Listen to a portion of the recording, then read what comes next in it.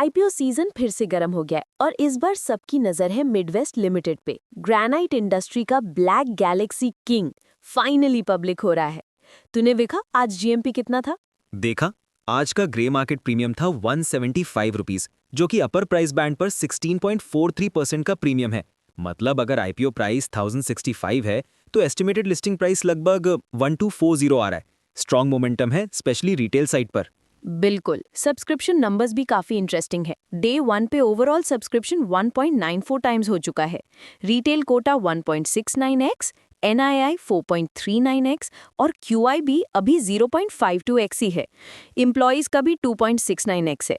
मतलब रिटेल और HNI log तो काफी अग्रेसिव हैं, लेकिन इंस्टीट्यूशनल थोड़ा धीरे चल रहे हैं।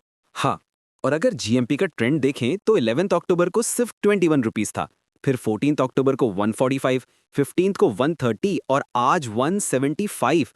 कंसिस्टेंट ऊपर जा रहा है तो सेंटिमेंट काफी बुलिश है, लेकिन इंस्टीट्यूशनल इंटरेस्ट थोड़ा मॉडरेट है, जो एक सिग्नल है कि रिटेल लेड रैली हो सकती है। बिल्कुल। बिजनेस फंडामेंटल्स की बात करें तो मिडवेस्ट का मोड काफी यूनिक है। ब्लैक गैलेक्सी ग्रेनाइट जो सबसे प्रीमियम सेगमेंट है, उसमें 64% मार्केट शेयर इनका है और ये ग्रेनाइट सिर्फ चीमाकुर्थी ओंगोली डिस्ट्रिक्ट आंध्र प्रदेश में मिलता है। बेसिकली ज्योग्राफिकल मोनोपोली है। और इस मोनोपोली का फायदा है प्राइसिंग पावर में। ब्लैक गैलेक्सी के स्कैसिटी की वजह से कंपनी प्रीमियम प्राइस चार्ज कर सकती है। ग्लोबल एक्सपोर्ट मार्केट में भी 23% शेयर है। चाइना से तो 50% से ज्यादा रेवेन्यू आता है, जो एक तरफ अपॉर्चुनिटी है लेकिन रिस्क भी। फाइनेंशियल्स भी इम्प्रेसिव है।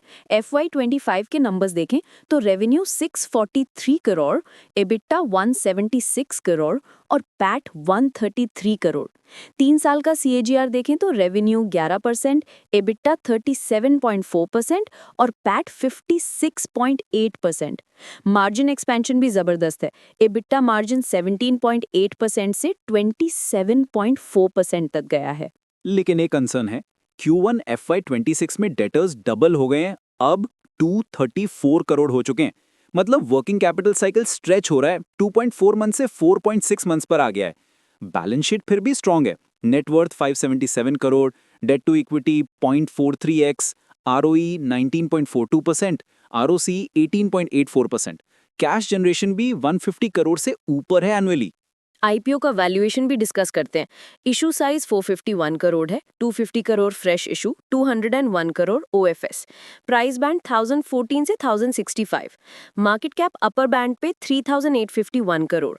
पीई रेशियो FY25 के अर्निंग्स पे 27x और पोस्ट आईपीओ 39.5x है। पीयर पोकरना लिमिटेड का पीई 12x है, तो ये काफी प्रीमियम पर आ रहा है। सही पकड़ा।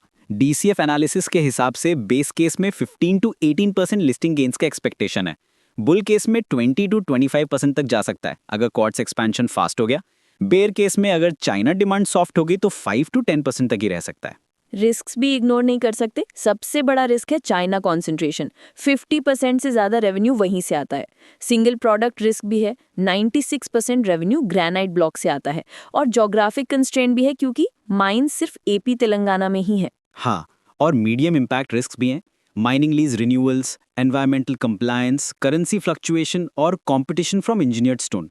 लेकिन मिटिगेटिव फैक्टर्स भी हैं। कंपनी क्वार्ट्स एक्सपेंशन पे काम कर रही है, सोलर पावर यूज हो रहा है, डायमंड टूल्स का बैकवर्ड इंटीग्रेशन है और mining rights long term secured है। मार्केट डायनामिक्स भी पॉजिटिव लग रहे हैं। ग्रेनाइट इंडस्ट्री का CAGR 4.7% एक्सपेक्ट किया जा रहा है और ब्लैक गैलेक्सी की डिमांड सप्लाई से ज्यादा है।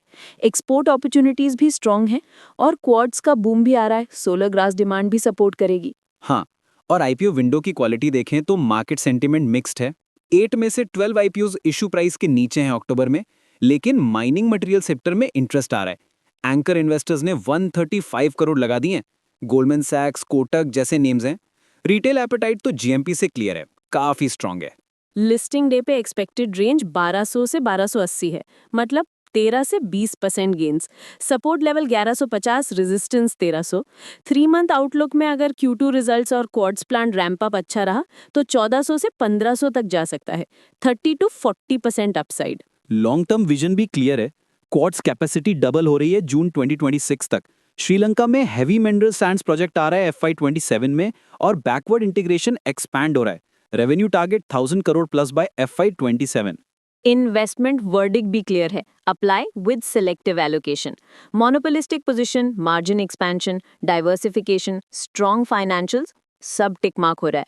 अग्रेसिव इन्वेस्टर्स के लिए 2-3 लॉट, कंजर्वेटिव के लिए 1 लॉट। लॉन्ग टर्म होल्ड का सजेशन है, स्पेशली डाइवर्सिफिकेशन के लिए। और की मॉनिटरेबल्स में Q2 FY26 results, quartz plan progress, China trade relations and working capital management पर नजर रखनी है। मिनिमम इन्वेस्टमेंट 14,910 रुपीस है, लॉट साइज 14 शेयर्स और मैक्सिमम रिटेल 1,93,830 रुपीस तक जा सकता है। फंड यूटिलाइजेशन भी ट्रांसपेरेंट है। 50.8% quartz plant expansion, 21.5% debt repayment, 16.1% general corporate, 10.3% electric dump trucks और 1.3% सोलर इंटीग्रेशन। और एक चीज, ये आईपीओ 17 अक्टूबर को क्लोज हो रहा है, लिस्टिंग 24 अक्टूबर को है, तो अगर अप्लाई करना है तो विंडो छोटी है। तो मिडवेस्ट का यूनिक एडवांटेज है उसका ज्योग्राफिकल मोनोपोली और प्रीमियम प्राइसिंग पावर। लेकिन चाइना पे डिपेंडेंस एक मेजर रिस्क है। अगर वहां डिमांड या पॉलिसी में कुछ भी चेंज हुआ तो इम्पैक्ट आ सकता है। और सिंगल प्रोडक्ट रिस्क भी है। अगर ग्रेनाइट ब्लॉक्स का डिमांड या प्राइस गिर गया तो रेवेन्यू पे डायरेक्ट हिट पड़ेगा। इसीलिए क्वार्ट्स एक्सपेंशन और डाइवर्सिफिकेशन पे कंपनी का फोकस देखना इंपॉर्टेंट है। फाइनल कॉल, ये आईपीओ ऑन इन्वेस्टर्स के लिए जो थोड़ा रिस्क ले सकते हैं और 2-3 साल का पेशेंस रखते हैं। शॉर्ट टर्म में लिस्टिंग गेन्स मिल सकते हैं, लेकिन लॉन्ग टर्म में डाइवर्सिफिकेशन और क्वाड्स एक्सपेंशन से रियल वैल्यू अनलॉक होगी। और जैसे हमेशा अपने फाइनेंशियल एडवाइजर से कंसल्ट करना मत भूलना। पास्ट परफॉर्मेंस फ्यूचर गारंटी नहीं है।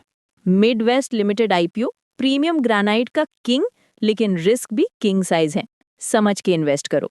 और आईपीओ का मजा तभी है जब रिसर्च स्ट्रांग हो। अगला एपिसोड में मिलते हैं नए आईपीओ के साथ। तब तक के लिए इन्फॉर्म्ड रहो, इन्वेस्ट स्मार्टली।